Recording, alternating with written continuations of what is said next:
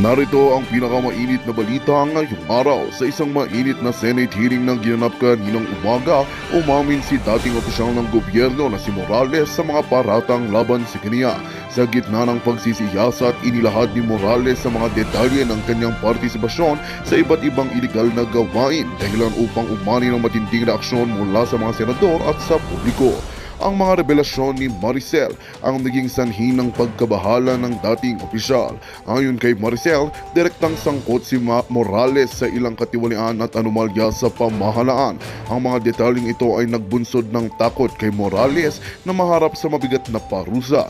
Dahil dito, nagdesisyon siyang manatili sa loob ng kanyang bahay at iwasang lumabas upang hindi siya maaresto ng mga otoridad.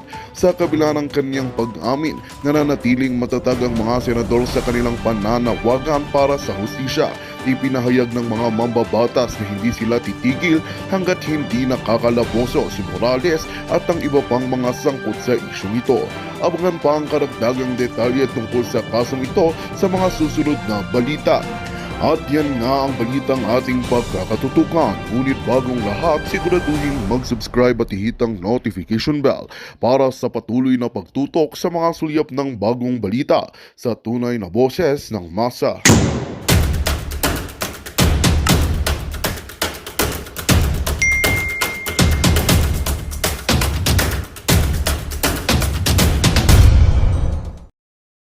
Pagsuporta. Sasalaman dokumento. Yun yung ano eh. Sabi nga niya na talagang ayaw niya akong lubayan doon Ayaw sa kang tantanan. o talagang pahasa pa niya sinasabi na ako hindi dapat pagkatulaan dahil doon sa mga kaso na kaya nga sinabi ko sa kanya yung mga kaso ko hindi pa tapos. Hindi Hindi pa pa ako convicted. napapatunayan. Oo. Mm-mm. Hindi kagaya dito sa sa butihing senador na si Jingo Estrada, convicted na. Diba? Oo. Yun yung Tapos tinanong pa niya ako na sinabi ko daw na siya daw ay Magaling na investigador. hindi marunong mag-imbestiga. Hindi marunong mag-imbestiga. Oo. Sabi ko, opo, opinion ko po yun bilang investigador kasi hindi talaga siya marunong mag-imbestiga. Imbestiga. Yun ang talaga kasi ang pag-iimbestiga para ma-achieve mo yung talagang objective mo at maka-extract ka ng information para makita mo yung motibo. Yes, Hindi sir. yung kasi yung paninira doon sa sa isang respondent walang iniwan yan sa paglulubog mo ng mukha ng tao sa inodoro para Yeah. pwersahan mo siyang para pwersahan mong magamit yung yung kanyang aaminin na siyempre yung tao under duress hayaan mo siya magsalita on his own o on her own para at least magagamit mo ng mas mas maganda. Hindi yung talagang kasi unang-una ang pagka magaling kang investigador, aamin at aamin yan, maraming pamamaraan. Maraming pamamaraan. Yung mga dati, mga style, mga mga buwayang pulis, ganun ang ginagawa nung araw. Pero hindi na uso yun. Hindi na Marami uso yung makabagong teknika sundakan. ngayon. Oo, dapat nagsiseminar At siya. saka hindi na wala nang takutan ngayon. Nakakatakot naman talaga yung mukha niya pero hindi na effective yun. Hindi kasi sir, ako yung objective ko ngayon, sabi ko sa mga vlog ko, very talaga ako very feisty, no? Pero ngayong moment na to, gusto ko lang maging light kasi ina-absorb ko yung pangyayari. Nagmukha talagang tanga sila doon, lalo na si Jinggoy. So nung dinuduro-duro kanya, nakikita namin po yun dinuduro-duro kanya. Ano yung itsura ng mukha niya? Kasi hindi naman na-focus. Ano yung galit? Nanilisik ba yung mata niya? Parang ganon? Hindi naman. Kasi gumaganon siya ang sabi niya kasi sa'yo, namumula yung mata niya. Mukha, no? Talagang ang pakiramdam ko nga talaga kung wala lang sigurong mga camera doon, baka nasuntok niya ako o nasapak Kasi niya parang, ako o nasaktan exactly niya ako. Kasi yun mukhang yung sinabi ko. ganun yung niya Kaya nga sabi ko, sabi ko, ito ba yung hinalal na sinasabi niya pinagkatiwalaan ng 15 milyong Pilipino? No? Oo. Kahit sa harapan ulit, sasabihin ko talaga sa kanya, isa ako doon sa nabudol niya Dahil ako Oo. nagtiwala din ako sa kakayahan Binoto niyo niya ba siya dahil oo, Senator? binoto ko Oh, siya kasi imagine nga mo. dahil nga akala ko na talagang ipaglalaban niya yung karapatan ng maliliit ano dahil nga sinasabi nga Masa yung nila dating eh. yung pangmasa no parang ano para sa mahirap ano pero Oo. nagkamali ako kasi nga unang-una hindi ano eh, sa ginagawa pa lang niya no hindi niya gustong ma-achieve yung ano no yung katotohanan kundi Mm. ang gusto niya ipagtanggol yung ano no yung nasa Malacanang. Yeah. Kitang-kita naman. Hindi naman kinakailangan mag-aral tayo ng elementarya o ng sekundarya para makaunawa ng mga ganong sitwasyon. Kahit mga hindi nakatungtong ng eskwela dahil sa Mm. kahirapan, ay Mm. maiintindihan yung gesture niya. Hindi Yeah. ano no, hindi sapat o dahilan na na ang tao ay nagtamo ng pagtitiwala ng milyong-milyong Pilipino para na lang bang alipusta ng isang walang laban sa kanya. Ang tao, mas nagkakaroon ka ng kapangyarihan, mas dapat bumababa ka sa iyong luklukan. Dapat naaabot ka ng maliliit sa Oo. lipunan. Di ba? Hindi ganun eh. Eh, Yung sa akin, sa experience ko, no, kung mhm. ako yung isang ganyan, mas lalo akong lalapit sa tao. Aalamin ko kung ano yung mga kahinaan ng mga ito. Hindi kalakasan. Mm. Kahinaan ang tutuklasin ko sa mga ito kung papaano ko sila matutulungan. Hindi yung mga malalaki dun sa likod ko. Hindi yun eh. Nandito Mm. ako para sa taong bayan. Dapat ganun. Yeah. Sir, doon nung binanggit mo yon na ikaw ay siya, convicted na siya, talaga nakita ng taong bayan, nagwala siya doon eh. Galit na galit siya at wag mo daw pakialaman yung case niya. Asikasuhin mo daw yung kaso mo. Alam niyo na, Alam mo, nakakatawa na lang talaga eh. Mm. alam niyo, natawa nga ako doon sa netizen. Alam mo, yung netizen ang nagre-react talaga eh, sa totoo lang eh. Ang netizen talaga ang nagre-react ano. Sabi nga, yung kaso nga ni Morales pinakikialaman mo tapos yung sa'yo ayaw mo, 'di ba? Ayaw. The fact na 'Di ba? taong ano siya, Oo, so, eh. Para bang kung ang totoong gusto lingkod niya, bayan siya. Mm. alam nyo, parang naalala ko yung ano eh, no, yung pelikula ni Paquito Diaz at saka ni Fernando Po Jr. Gusto niya, nakatali lang si Fernando Po Jr., binubugbog niya. Di ba? Mhm. Parang ganun eh. Ganun ang mga kontrabida eh. Yung gusto, Oo. nakatali yung mga binubugbog eh, Kaaway. na Traidor yun. walang karapatang Mm. lumaban, walang karapatang ano, di ba? Sa Mhm. sa nakikita ng taong bayan, talagang nagmamanifest ano yung ano no yung pag-aabuso sa kapangyarihan, Yeah. pag-aabuso sa kasalukuyang kalagayan. Biruin mo, sino ba ako? Meron ba akong sasakyang bulletproof? Meron ba akong mansyon? Meron ba akong kapangyarihan? Meron ba akong influensya sa Malacanang? Wala. Isang ano no, isang karaniwang ahente na tinanggal. Isang karaniwang ahente lamang na nakakaintindi sa ano no kalagayan ng mga inaaping mga tao sa lipunan. Ganun Mhm. lamang po ako eh. Wala naman po ako ipagmamalaki. Ang kaya ko lang ipagmalaki ay yung aking personal na kaalaman patungkol dito Mm. sa aking ano no tinatayuan at pinaninindigan doon sa investigasyon sa Senado. So, actually, kaya nga may nakarating sa akin, talagang gusto talaga nilang ikaw patahimikin, sindakin, i-intimidate ng ni Lisa, no? At ni Marcos Jr. Kasi kumbaga, bida-bidaan si Marcos Jr. na para ka daw jukebox, okay? Tapos nung inilabas mo na nga po yung CCTV, ay naloka talagang nawindang ang sambayan ng Pilipino na may, kumbaga, yung sinasabi mo ay totoo. And yung pag-sign mo ng pre-op and authority to op na part ng trabaho mo ay talagang totoong nangyari. Kasi kung hindi totoong nangyari, again, ulit-ulitin natin, bakit may magre-reach out na Lam at Kumar through Picoy, through Eric Santiago at through Romy para patahimikin ka? Yun nga eh, ang isa doon ano, doon sa nangyari no. Pero inyo, napakalinaw ng pattern. Yung Mm-mm. una, inumpisahan nila ako na i-negotiate. through dito sa aking kaibigan na si Romy Enriquez. Mm-mm. At itong Picoy ay allegedly inutusan siya nitong si Kumar na ayon din kay Picoy, inutusan naman tinawagan ni Lam itong si Kumar para at least parating sa akin yung mensahe. Nung magkaroon ng failure yung negotiation between May 1 at saka May 6 bago yung Senate hearing ng 7, ito na yung dumating yung atake ni Senator Jinggoy, di ba? Yes. Kaya nga sabi ko, ito yung plan A. Tapos ito yung plan B.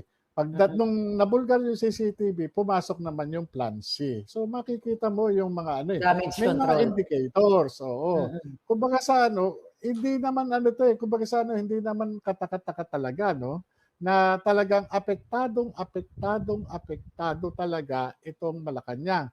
Bakit apektado nasasabi ko? Ang spokesman nila o spokesperson na nila yung Congress. Di ba? At itong ilan doon sa nandyan sa Senate hearing. Kumbaga sana talagang naging pawn na lang sila eh. Di ba? Ito na yung naging action agent sila ng Malacanang, which is dapat ang Presidential Communication Office ang siyang namamahala doon sa pagpatayo ng imahe ng Pangulo. Pero ang nangyari, gumamit na sila ng co-equal branches ng government. Mabuti na lang ang Korte Suprema hindi nila nabibili. Di ba?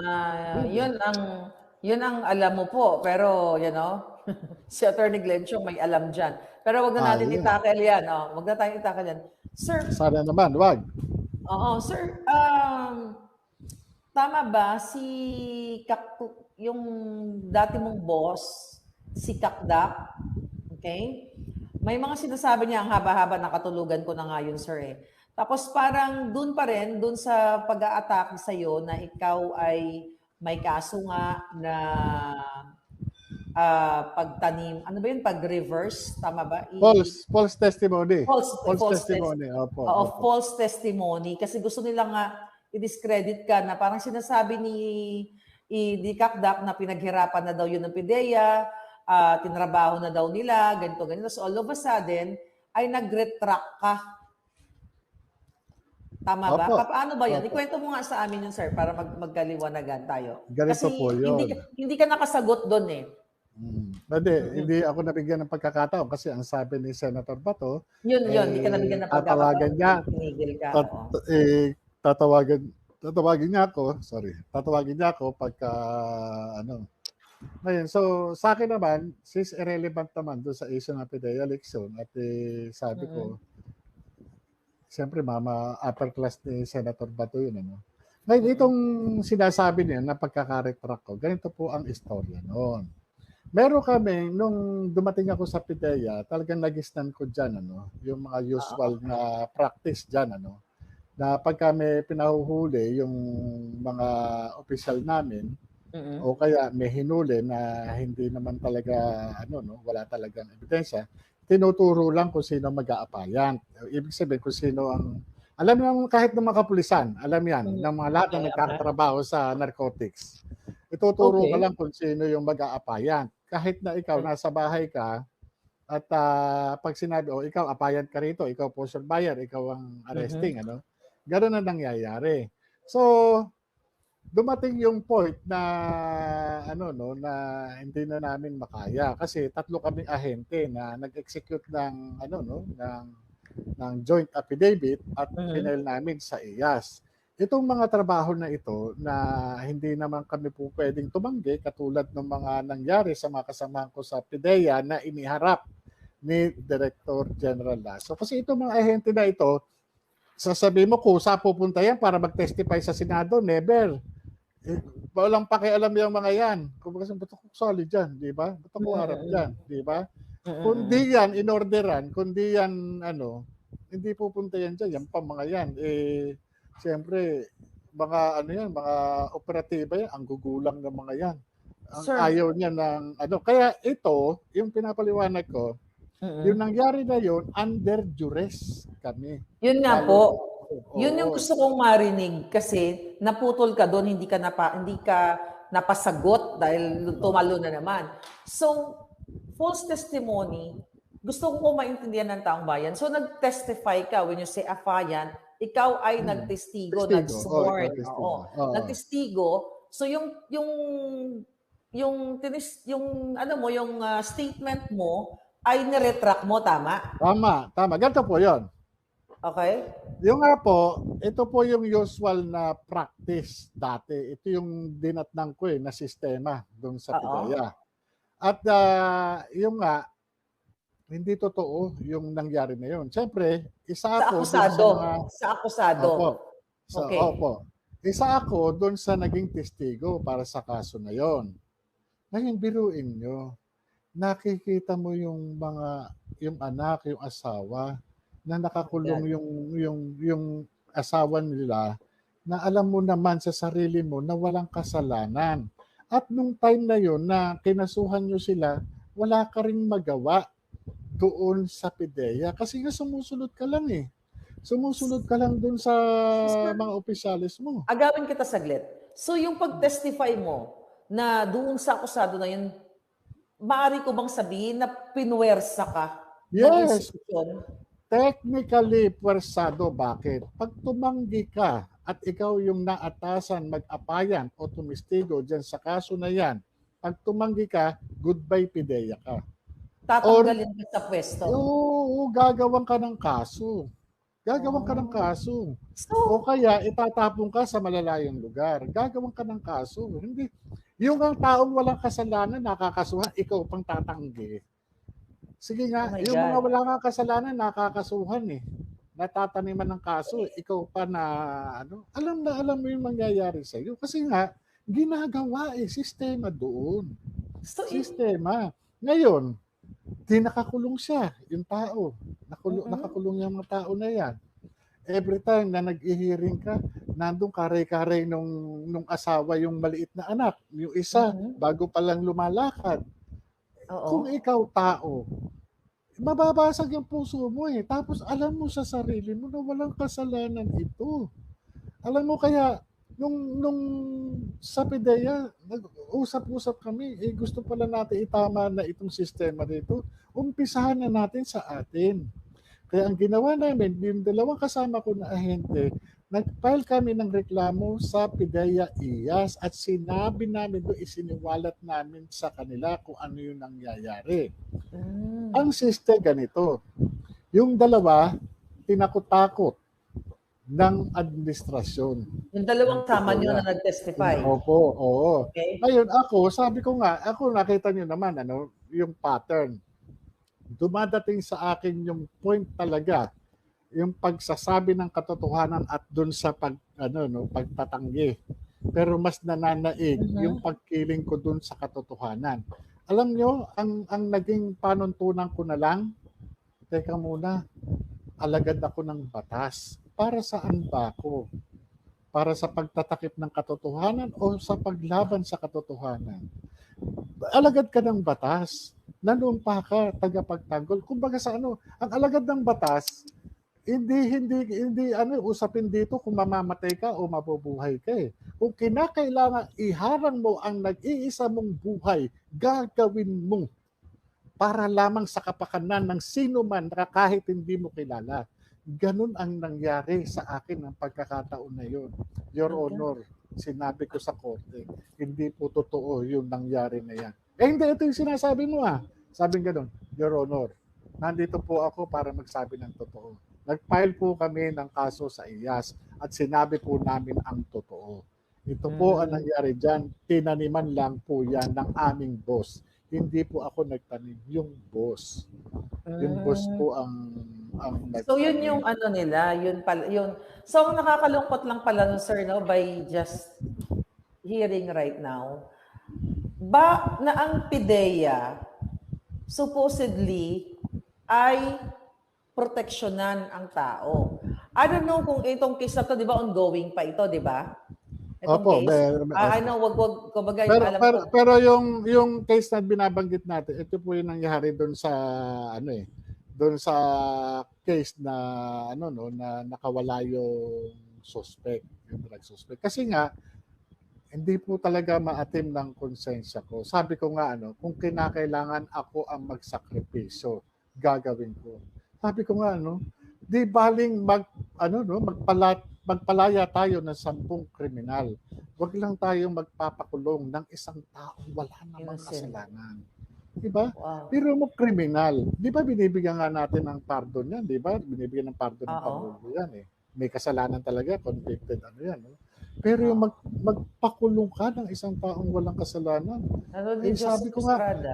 bahala na ang Diyos sa akin. Gawan niyo man ako ng kwento. Gawan niyo naman ako, pasabain niyo ako sa lahat, sa buong mundo. Pero may mga taong titindig at titindig dahil ito mulat ang kaisipan. Dahil naiintindihan nila kung ano talaga yung nangyari. Wow. Yun po yung nangyari sa akin. So, Kaya ako, yung sinasabi, tinanggal yan. Hindi po ako nahihiya. Kasi bilang pagiging alagad ko ng batas, yun po yung isa sa pinaka maipamamana ko sa aking mga anak, sa aking mga apo. Nang ginawa ko yung aking katungkulan bilang alagad ng batas, pinalaya ko itong taong walang kasalanan kahit ang kapalit yung aking Career niyo. buhay. buhay nyo at career nyo. Wow. Kaya nga nung nakikinig po kami ng hearing, like ako, na sinasabi mo, under duress ka, gusto ko maintindihan. Pero hindi ka binigyan ng chance na para maipaliwanag. So, I'm glad ngayon na ipapaliwanag mo. Ang nakakalungkot lang, na ganun pala ang sistema na kayo yung mga lingkod bayan or alagad ng batas. So, ibig sabihin, sistema ito na kapag inutusan ka ng director mo o ng ganito, o ikaw, magtestigo ka laban dito, kahit wala kang personal knowledge? Nangyayari po yan. Alam po yan Oh my ng God. mga kahit saang law enforcement units, alam nila yan. Na Bakit ginagawa talagang nila nangyayari. ito, sir? Bakit ginagawa ito? Ganito Sa mga po yan, tao ganyan. May mga po talaga, kapag ikaw masipag ka manghuli, o pupunuin ka ng court duty. Halimbawa, araw-araw may huli ka. Oo. Kung halimbawa, 5 araw, palagi ka may huli. Sa pagka pinail yung kaso, may 5 kaso ka kagad na hawak. Di ba? Pagka yan, pumutok yan, at ibig sabihin pumutok, kung na-file na magkaroon ng hearing, halos araw-araw ka na. Minsan sa loob ng isang araw, 2 ang hearing mo, 3 mangyayari. Dahil sa dami mong hinuli, sunod-sunod yung court duty mo. Kasi magte-testify ka sa RTC 1, tapos maya-maya sa RTC 2, RTC 3, ganun. Bawat isang kaso, yun, isang korte. Ganun po nangyayari. Kaya para hindi napupuno yung load ng isang operatiba o isang ahente, binibigay naman sa iba na wala namang yung konti pa load. Okay, ikaw magkapayat dito, ganyan. Ito yung istorya, ganyan. Ganun yun.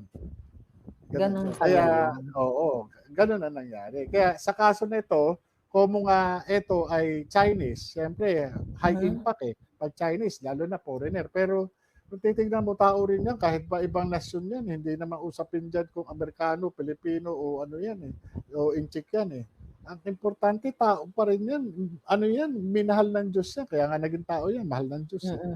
Yeah. Diba? So, wow, grabe. At least narinig ng taong bayan. So, napakalungkot pala talaga. I don't know, sa ibang bansa, siguro ginagawa din yun. So, napakalungkot pala ng bulok na sistema sa atin sa Pilipinas. Na, alam nyo, ito pa, isa pa sa natuklasan ko, dahil nung ikulong ako, nung mahuli ako nung March, para dito sa mga kaso ng PIDEA, alam nyo, almost 98% ng nakakulong sa loob ay drug cases. Drug cases. So, nalaman nila, PIDEA ako, sabi ko, naku po. Sabi ko, gano'n, drug cases yung malakasama mo. Tapos, alam nyo ba, para akong, siyempre, wala ka naman kayo gagawin, kundi usap-usapan, sir, PIDEA pala kayo. Ano ba mangyayari sa akin? So ano ko yung mga istorya nila. Sabi ko, paano ka nahuli? Oo, sabi ko, paano ka nahuli? Kahit pa paano, nakapag-educate ako ng mga ibang mga PDLs, Kahit pa paano ka nahuli? Sir, kakakain ko lang po kasi nakatayo lang po ako doon sa tapat ng bahay na bigla po akong kinalawit ng pulis. O sabi gano'n. O ano nangyari? Ito po, ano kaso mo? Ito po Section 11, possession daw. So paano ka nagkaroon ng possession?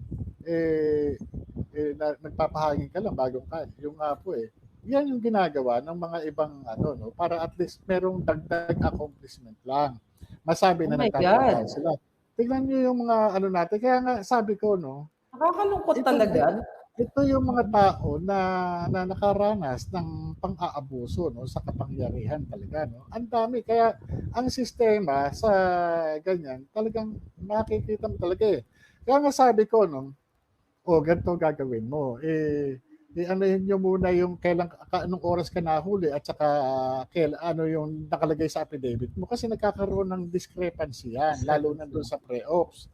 Usually, ang ginagawa ng mga tiwali, nangangalawit muna, tapos gagawa na lang ng senaryo doon sa papel sa kakakasuhan. Halimbawa, yung para ma-achieve lang yung presumption of regularity kasi pag sa narcotics operation, sa anti-drugs operation, dapat meron kang pre-ops, authority to operate, o coordination sa PDEA. Ang ginagawa, nangangalawit muna, tapos sa kakapapailan ng kaso. Pero yung kaso, yung tawag dito, yung mga papel, yung pagkakahuli sa ng actual, iaabante para tumugma doon sa kanilang mga dokumento para sumunod doon sa presumption of regularity. So, yun yung makikita mo, iisa ang kwento nila. Panay talagang So kawawa naman pala yung mga tao, mga Pilipino na nagpahangin ka lang o tumambay ka lang dahil gusto mo lang magpalamig or whatsoever. Tapos itong mga tiwaling mga operatiba ay dadamputin ka para lang may masabi silang may nagawa sila o may accomplishment sila. Tama. Oo, tama. Oh my Kaya God. nga, sabi ko, no, itong sistema na to, talagang wala, dapat maputol na. Kaya nga ang tao, no, dapat ma-educate. Ang dapat sa sambayan ng Pilipino, katulad sa inyo, no, may mga yung kayo yung medium ngayon, kayo yung mga sinusubaybayan ng taong bayan. Ang kailangan sa taong bayan, ma-equip ng proper knowledge. Para at least alam nila yung kasi ang alam lang nila, may karapatan ako sa ilalim ng konstitusyon, pero hindi nila alam yung proseso. Dapat na-educate ang taong bayan o anong gagawin mo pag hinuli ka, anong dapat mo sabihin, di ba? O kaya nga ngayon, importante may CCTV. Kahit hindi na mura na lang ang CCTV ngayon Kasi Dapat ngayon, lahat ang meron, CCTV hindi nagsisinungaling yan, may oras yan, may petsa. Kasi kagaya yung iba, na nahuhuli na kinakalawit, 'di ba? Nakikita naman natin sa sa iba't ibang social media sites Meron mga kinakalawit na nahuhuli diyan pero magugulat ka may kaso pero balikan mo yung banner na hinuli siya, balikan mo yung oras o petsa na hinuli siya, hindi magtutugma doon sa dokumentong isinasubmit nila sa korte. Yun Wow. So, itong sinasabi ni Kakdak na dinidiin ka at ni Jinggoy na ikaw ay masamang tao kasi mayroon kang false testimony case, hilingid sa kalaman ng tao ay niretract mo dahil hindi nakayanan ng konsensya mo na makulong ang isang taong inosente. Tama, dahil wala naman talagang katotohanan yung pagkakakulong niya. Yung kaso na dahil ito ginamit lang yung mga ahente sa dikta ng opisina kasi may pananakot. Meron talaga masamang mangyayari pag tumanggi ka. Yung mga inchik na nga, yung mga nakakasuhan, yung pa hindi kayang gawin sa'yo, tao ko lang din. Opisina ang kalaban mo, institusyon. Institusyon ang kalaban mo.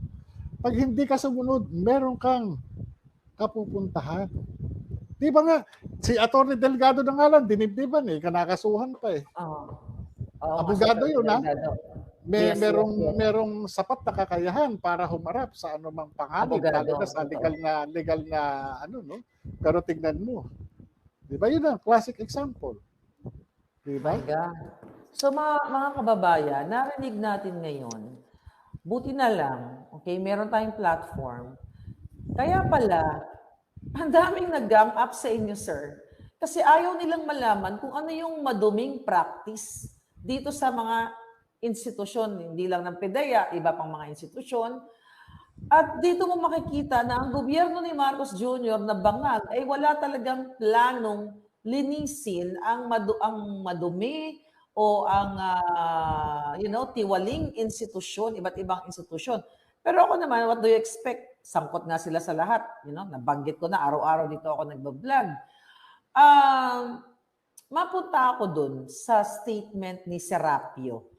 Okay? Si Serapio na ang pagkahaba-haba ng mga statement na inamin niya na ikaw ay pinatawag nga niya. Pero ang parang sinasabi niya doon, it's not about na pigilin itong supposedly o yung naudlot na raid para kay Marcos Jr. Correct niyo kung mali yung pagkakaalala ko, di ba? So doon, another confirmation na pinatawag ka niya. Opo. Yung sinasabi nga po ni Gerald Santiago nga ang yabang ko na bakit ako ipatatawag sa Malacanang. Yes, Hindi ko nga rin yes. po alam eh. Kaya nga po, Oo. eto hindi ko muna masyadong sasagutin o elaborate yung tungkol dito sa kasi meron pa ako inaantay si Executive Secretary Paquito Ochoa. Okay. Yun po yung inaantay. Kasi antay muna natin para hindi ma-preempt yung kanilang Yung kanilang script. Opo, para naman mabigyan natin ng pagkakataon silang makapaghanda kung anong sasabihin nila. Yun po yung Okay. So, I know may katanungan. Anong oras na po ba dyan sa I know mayroon din kayong interview, no? Kaila Doc Lorraine. Magandang balita ang hatid namin sa inyo ngayong araw. Sa pagtatapos ng aming balitaan, nagbigay kami ng mga mahalagang impormasyon. Maraming salamat sa pagtutok at pagsuporta sa aming programa. Huwag kalimutang manatili sa mga susunod na araw para sa mga bagong balita at mga kwento na dapat nating abangan. Mula sa Boses ng Masa, magandang araw, Pilipinas!